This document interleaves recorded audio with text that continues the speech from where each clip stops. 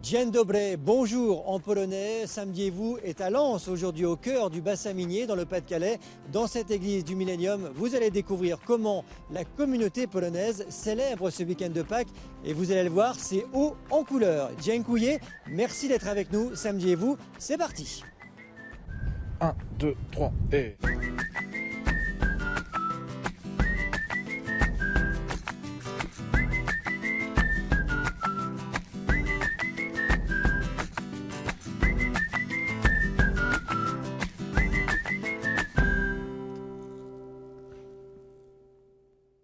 Qu'est-ce que vous faites, vous, à Pâques? On achète des œufs pour les enfants, donc on les cache dans la pelouse pour qu'ils cherchent après. Et ils trouvent? Apparemment ils trouvent. Le printemps, le soleil, la joie des enfants, faire plaisir. Pâques, c'est important pour les petits-enfants, premièrement. Les petits-enfants. Moi, j'en ai 14 petits-enfants, 19 arrières. Alors, vous savez, Pâques, et puis, ce jour-là, je fête mon anniversaire. Eh bien, bon anniversaire, madame, de la part de toute l'équipe de Samediez-vous. Vous êtes bien sur France 3 Picardie et France 3 Nord-Pas-de-Calais. Nous sommes en direct de Lens aujourd'hui. Lens à 34 km de Lille et à une centaine de kilomètres d'Amiens. Nous sommes installés au cœur de l'église du Millénium. C'est à 2 pas du Stade Bollaert, bien connu des amoureux du football. Une église classée monument historique depuis janvier dernier qui se prépare à vivre une après-midi de fête avec nous. Et avec un certain Jean-Louis Manant. Bonjour Jean-Louis. Allez, emmenez-nous aujourd'hui dans ce très beau pays de la Pologne. Oui, ben là, vous voyez, c'est parti. On va effectivement vous faire découvrir Pâques à la mode polonaise. Pâques, c'est la résurrection du Christ. C'est la fête la plus importante pour les chrétiens. Et dans un pays comme la Pologne, qui est catholique à 95%, eh bien évidemment, on imagine l'importance que revêt les fêtes de Pâques. Alors Pâques, vous le savez, on sort du carême, on sort de 40 jours un petit peu austères. Et donc, on a envie de danser et chanter. On va vous faire découvrir ces chants et ces danses. On va manger, on va vous faire découvrir la gastronomie polonaise. Et puis, Pâques, c'est aussi les œufs. Sauf qu'en Pologne, évidemment, ces œufs de Pâques, ils sont plus beaux qu'ailleurs, plus travaillés, plus décorés. On va vous faire découvrir ça dans quelques instants. Merci Jean-Louis, vous m'avez promis une petite démonstration de danse, j'ai retenu. Avec nos invités, nous parlerons de la communauté polonaise et de cette fête de Pâques. Bonjour Agnieszka Kuncińska, vous êtes consul général de Pologne à Paris. À vos côtés, bonjour Henri Dudzinski, vous êtes consul honoraire dans le Nord-Pas-de-Calais. Merci d'être avec nous. Agnieszka Kuncińska, en quoi cette fête de Pâques est-elle importante pour les gens d'origine polonaise? C'est en premier lieu une fête très importante du point de vue religieux et en second lieu, c'est une partie très importante de notre tradition polonaise. Et la communauté polonaise qui vit dans le Nord-Pas-de-Calais, bien sûr, a besoin d'avoir contact avec notre tradition. C'est une part de notre richesse. Et de votre culture. Oui, et de notre culture. Henri Dudzinski, c'est plus important que Noël pour les gens d'origine polonaise? Alors c'est plus important. Alors d'abord Noël, c'est une notoriété mondiale. Avec des particularités tout de même en Pologne, c'est pas la fête occidentale avec le Père Noël en Pologne, c'est vraiment la nativité.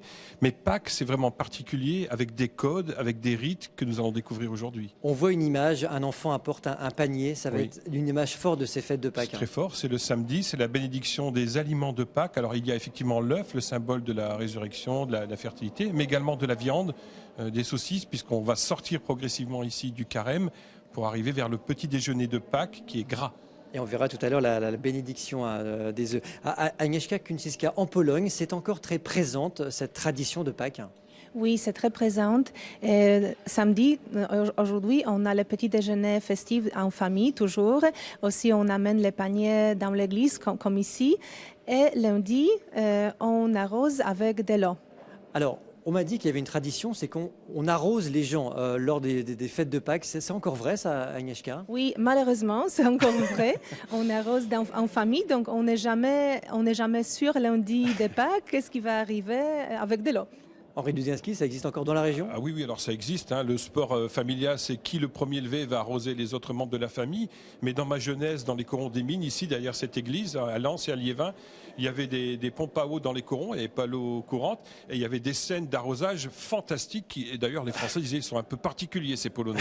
Bon, on va peut-être pas le faire sur ce plateau, Pourquoi pas maintenant. Il y a une tradition qui reste encore bien présente, c'est celle des œufs de Pâques. C'est ça, Jean-Louis, je ne me trompe pas. Oui, absolument. Alors regardez bien cet œuf. C'est un Pisanki. Voilà, absolument. Ça veut dire de mots pisak en polonais, pisacz. Ça veut dire écrire. Ça veut dire qu'on écrivait avant sur ces œufs. Donc ces œufs, ils sont merveilleusement décorés.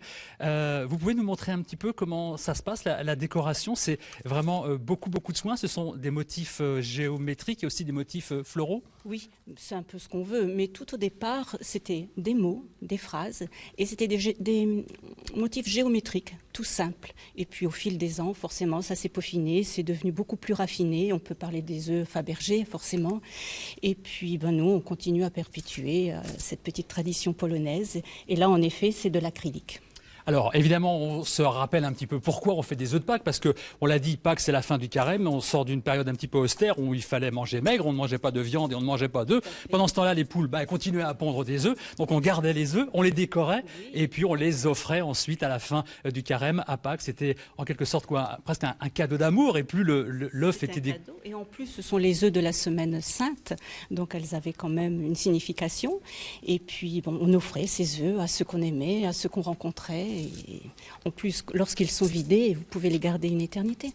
Alors, on m'a dit que demain, à la salle Georges Brassens à Neux-les-Mines, il y a une exposition d'œufs de Pâques polonais. Alors, si ce que vous avez vu, là, évidemment, vous intéresse, vous pouvez les voir de visu dans cette salle Georges Brassens. C'est quoi? C'est les plus beaux œufs de la communauté polonaise? Mais bien sûr, c'est une exposition itinérante qui va d'une ville à l'autre et toutes les associations polonaises sont conviées. Il doit y avoir, je pense, une vingtaine d'associations et elle existe, cette exposition, depuis, je pense, 17 ans, 20 ans, voire même.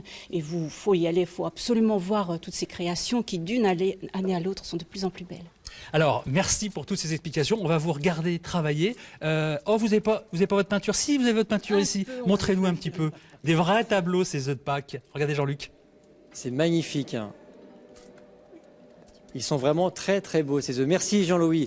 Je voulais vous échauffer pour l'initiation de danse. Henri Dudzinski, on va regarder ensemble des photos de celui que vous surnommez le Cartier-Bresson ou encore le Robert Doisneau des photographes polonais. Il s'agit de Kazimierz Zgorecki.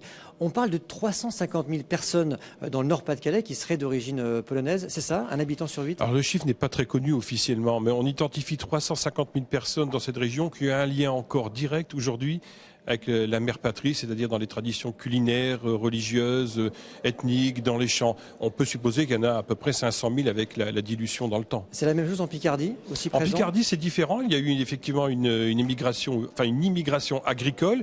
Et aujourd'hui, on trouve pas mal de petites PME autour de la région d'Albert, des gens qui sont en connexion avec la Pologne d'aujourd'hui. Agnieszka Kunciska, vous avez été à Madrid pendant 5 ans en poste, là vous êtes à Paris. Quand vous venez dans le Nord-Pas-de-Calais, vous êtes surprise de la présence de cette tradition polonaise dans cette région Nord-Pas-de-Calais? Je suis surprise de la forte présence des traditions polonaises et de l'amour que les personnes d'origine polonaise ici ont pour la Pologne et pour leur pays. Mais en même temps, ils sont très bien ancrés en France. Donc ça, c'est très important aussi qu'ils ont leurs traditions et en même temps, ils sont très bien ancrés et qu'ils peuvent aussi compter toujours avec l'appui des autorités locales, qu'ils font les associations locales polonaises, franco-polonaises. On va revoir 2 images. Les mines. On venait aussi de Pologne pour travailler dans les mines, Henri Dudzinski. Oui, alors surtout après la Première Guerre mondiale, quand la Pologne recouvre son intégrité territoriale et son indépendance, malheureusement, elle est incapable de survenir aux besoins de ces nouveaux habitants. Donc il y a une immigration d'État à État, une vraie convention entre la France et la Pologne. La France a besoin de reconstruire, de dénoyer surtout les puits de mines qui ont été noyés, dynamités par les Allemands. Et c'est la raison pour laquelle on a cette forte communauté aujourd'hui. Rapidement, regardez ces visages de sportifs aussi. On parle de Jean Stablinski, Arnold Sovinski, Michel Jazy. C'est aussi un facteur d'intégration, le sport? Premier facteur d'intégration, Jean-Luc, c'est pour devenir français. On a repéré des jeunes talents. Alors les houillères, qui étaient omnipotentes, facilité de la naturalisation. Donc Raymond Coppa, Ballon d'Or, Jean Stablewski, Michel Jazy, pas oublier Michel Jazy, IAG. Très bien. Juste un petit mot, Agnès Kuzinska, avant de vous quitter. Quel est votre programme là, dans ce week-end de Pâques? En quelques mots, vous allez faire quoi? Moi, personnellement, oui. Moi, je vais passer les Pâques avec mes amis parce que malheureusement, je ne peux pas aller en Pologne, mais rester avec les amis et faire aussi le petit déjeuner de Pâques, et aussi les paniers. Très bien. Merci. Merci à vous d'être venu sur le plateau de Samedi et vous. Merci et beau week-end de Pâques. Alors, dans ce bassin minier, on l'a dit, il existe des petits coins de Pologne dans quelques villes. Cette semaine, nous sommes allés avec Antoine Morvan à Arnes, c'est tout près d'ici, à la rencontre de 2 familles d'artisans pour qui, vous allez le voir, ce week-end de Pâques est très, très important. Regardez ce reportage monté par Sophie Nomowitz. Florence et Eric Zaleczki, pâtissiers. Je suis en train de préparer le makoch. Donc le makoch, c'est un roulé de farce au pavot et une pâte briochée. Le reste de la recette restera secret de famille. Eric est la 4e génération de pâtissiers. Mon grand-père, arrière-grand-père ont fait les mêmes gestes pendant des années, tout comme moi aujourd'hui. Donc ouais, effectivement, ça dégage une émotion. Alors ça, c'est un document, apparemment, c'est une carte de travail. Et ça, c'est qui alors? C'est mon arrière-grand-père. L'arrière-grand-père d'Éric a émigré en France en 1916 pour travailler dans les mines à Saint-Étienne. Arrivé dans le Nord 11 ans plus tard, il ouvrira sa première boulangerie à Dourges, au cœur du bassin minier. Pour Éric et son épouse, elle aussi d'origine polonaise, la Pologne reste ancrée dans leurs racines, même s'ils n'y sont encore jamais allés. Le jour où j'irai, j'aurai conscience que on vient de là, quoi. On a été élevés dans des familles polonaises et même si aujourd'hui, malheureusement, nos parents, nos grands-parents ne sont plus là, ça nous a quand même bercé toute notre enfance. On a connu ça depuis qu'on est tout petit, donc ça reste des choses très importantes qu'on essaye de transmettre aussi. Vous avez le makoch. Des cerniques, du platchek, du babka. Chez Éric et Florence, la vitrine est aux couleurs polonaises. Alors le fameux produit traditionnel de Pâques, l'agneau. Donc c'est de la pâte à babka. Et ce jour-là, c'est l'heure de pointe dans la boulangerie. Pâtisserie Zaleczki, bonjour. Le week-end de Pâques est le plus important de l'année pour le commerce. Le Pâques, c'est le gros boom, oui. Oui, effectivement, plus que Noël. À 2 pas de là, sur la place de la commune, chez Annick et Christian, boucher, charcutier. Allô, boucherie Karolevitch? C'est madame qui prend les commandes préparées par monsieur et elles viennent de toute la France. C'est une dame qui habite à côté de l'Alsace et qu'elle téléphonait pour savoir si c'était encore possible d'envoyer de la Schwentechna, la saucisse de fête, parce que bon, cette saucisse, c'est sacré pour le jour de Pâques. Ça, c'est la Schwentechna, saucisse à la marjolaine.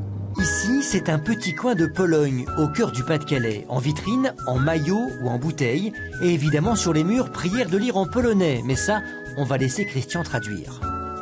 Wesołe świąt. Voilà, Wesołe świąt, joyeuse fête en polonais. Vous êtes bien dans Samedi et vous, sur France 3 Picardie et France 3 Nord-Pas-de-Calais. Merci d'être avec nous dans cette église du Millénium de Lens, où l'on fête Pâques aujourd'hui avec la communauté polonaise. Paul Pawlak nous a rejoint pour nous dire 2 mots de cette église. Bonjour à vous, Paul. Bonjour. Vous êtes le président du Millénium 2000. En quoi cette église est-elle importante? En quoi est-elle particulière? Surtout pour l'histoire, c'est ici dans cette église, pour le jour de l'inauguration, que je rencontrais mon épouse. Ah, quelque chose de très personnel, des très souvenirs. Personnel, voilà. On voit l'extérieur de cette église, elle a été classée monument historique il y a peu. Hein.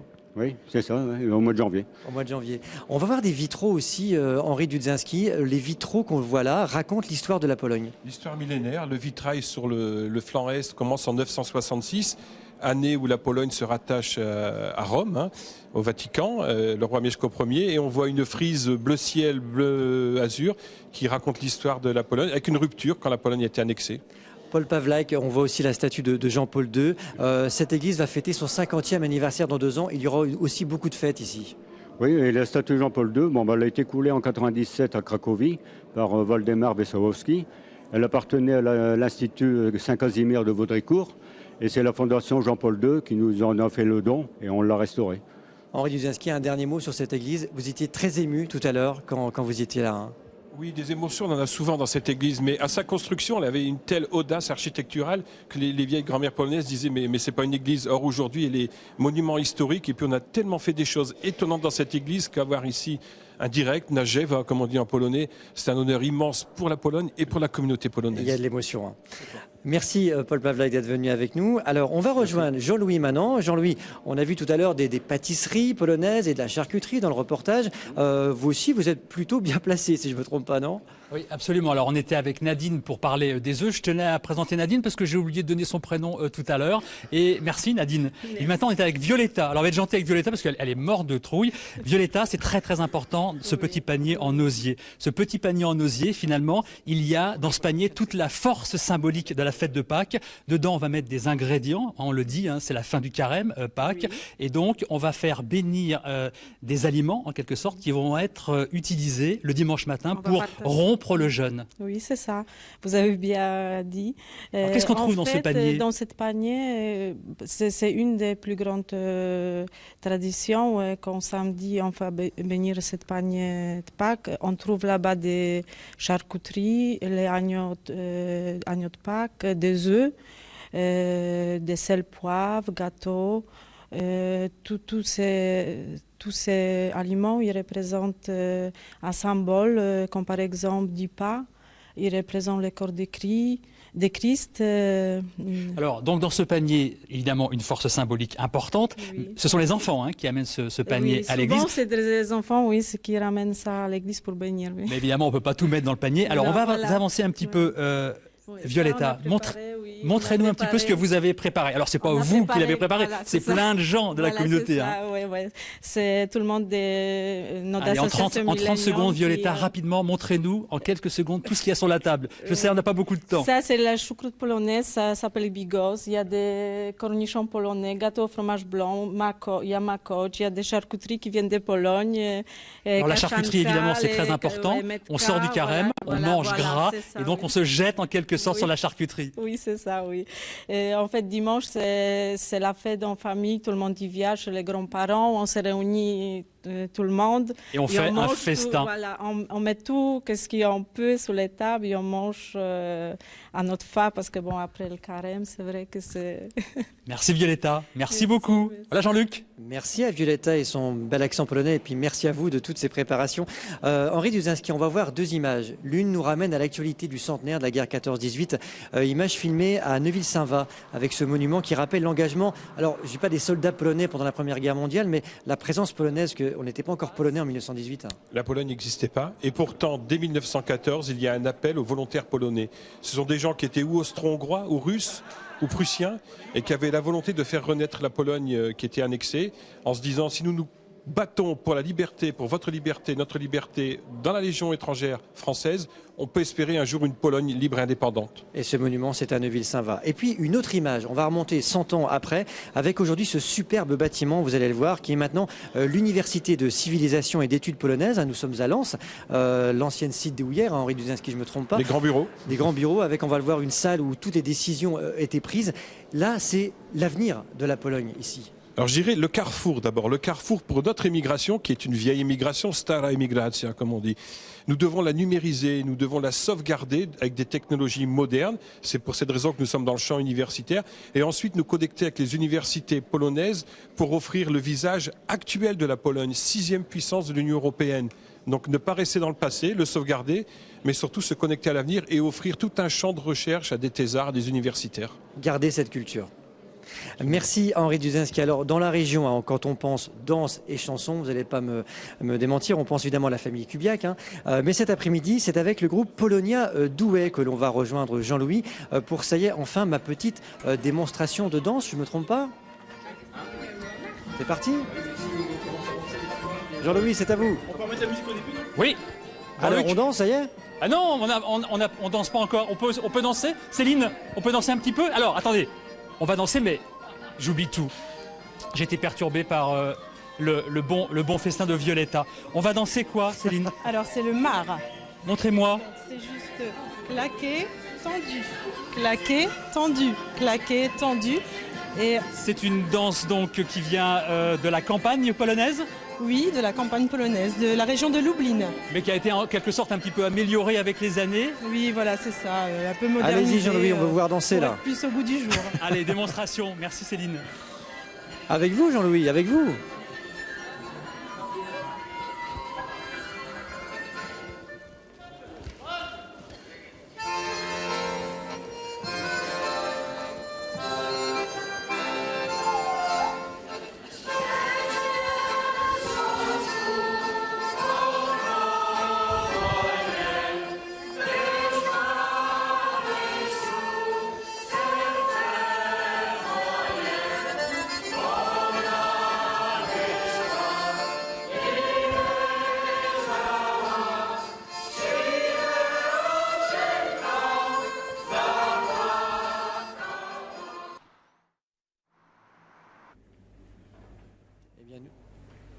Eh bien, nous voici pour une autre image forte de cet après-midi, l'heure de la bénédiction des paniers et la bénédiction des œufs. Henri, c'est un moment très important pour l'Église. Très important, c'est le début de la rupture du jeûne, comme dans toute religion monothéiste, donc c'est bien la rupture d'un jeûne.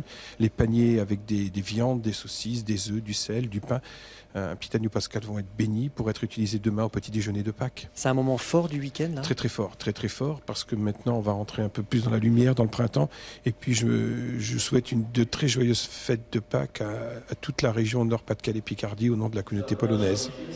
On voit encore à l'image la bénédiction. Ça clôt aussi une belle après-midi pour nous sur France 3. Là. Ben oui, c'est toujours un plaisir de vous accueillir ici dans cet endroit absolument magnifique. Et puis en plus vous aurez le droit à une chanson magnifique de Polonia Douai qui est Barka. Voilà, donc on revoit l'image, là, le prêtre qui continue la bénédiction. Merci à vous, Henri Dudzinski, d'être venu sur le plateau de Samedi et vous. On va repartir une dernière fois, rejoindre Jean-Louis, tout près d'une chorale haute en couleurs. Là, vous ne chantez pas, Jean-Louis, vous allez écouter. Hein. Oui, et je suis avec César. César, c'est le chef de la chorale. C'est également le président de Polonia Douai. César, on rappelle rapidement. Polonia, c'est en quelque sorte la diaspora, c'est-à-dire tous ces Polonais qui vivent à l'étranger. On l'a dit, sur le Nord-Pas-de-Calais, 500 000 personnes. En France ? En France, ça représente 1 million de personnes. Et en Amérique, c'est 10 millions de personnes. Avec une ville importante, voilà. C'est Chicago. Chicago, que l'on appelle la deuxième capitale de la Pologne. César, on l'a vu tout à l'heure avec les danses, la fin du carême, donc c'est la fin de... Enfin, le Pâques, c'est la fin du carême, c'est la fin de 40 jours où il faut se tenir à carreau, en quelque sorte. Pâques, c'est un petit peu aussi le défouloir, on peut à nouveau danser, on peut à nouveau chanter.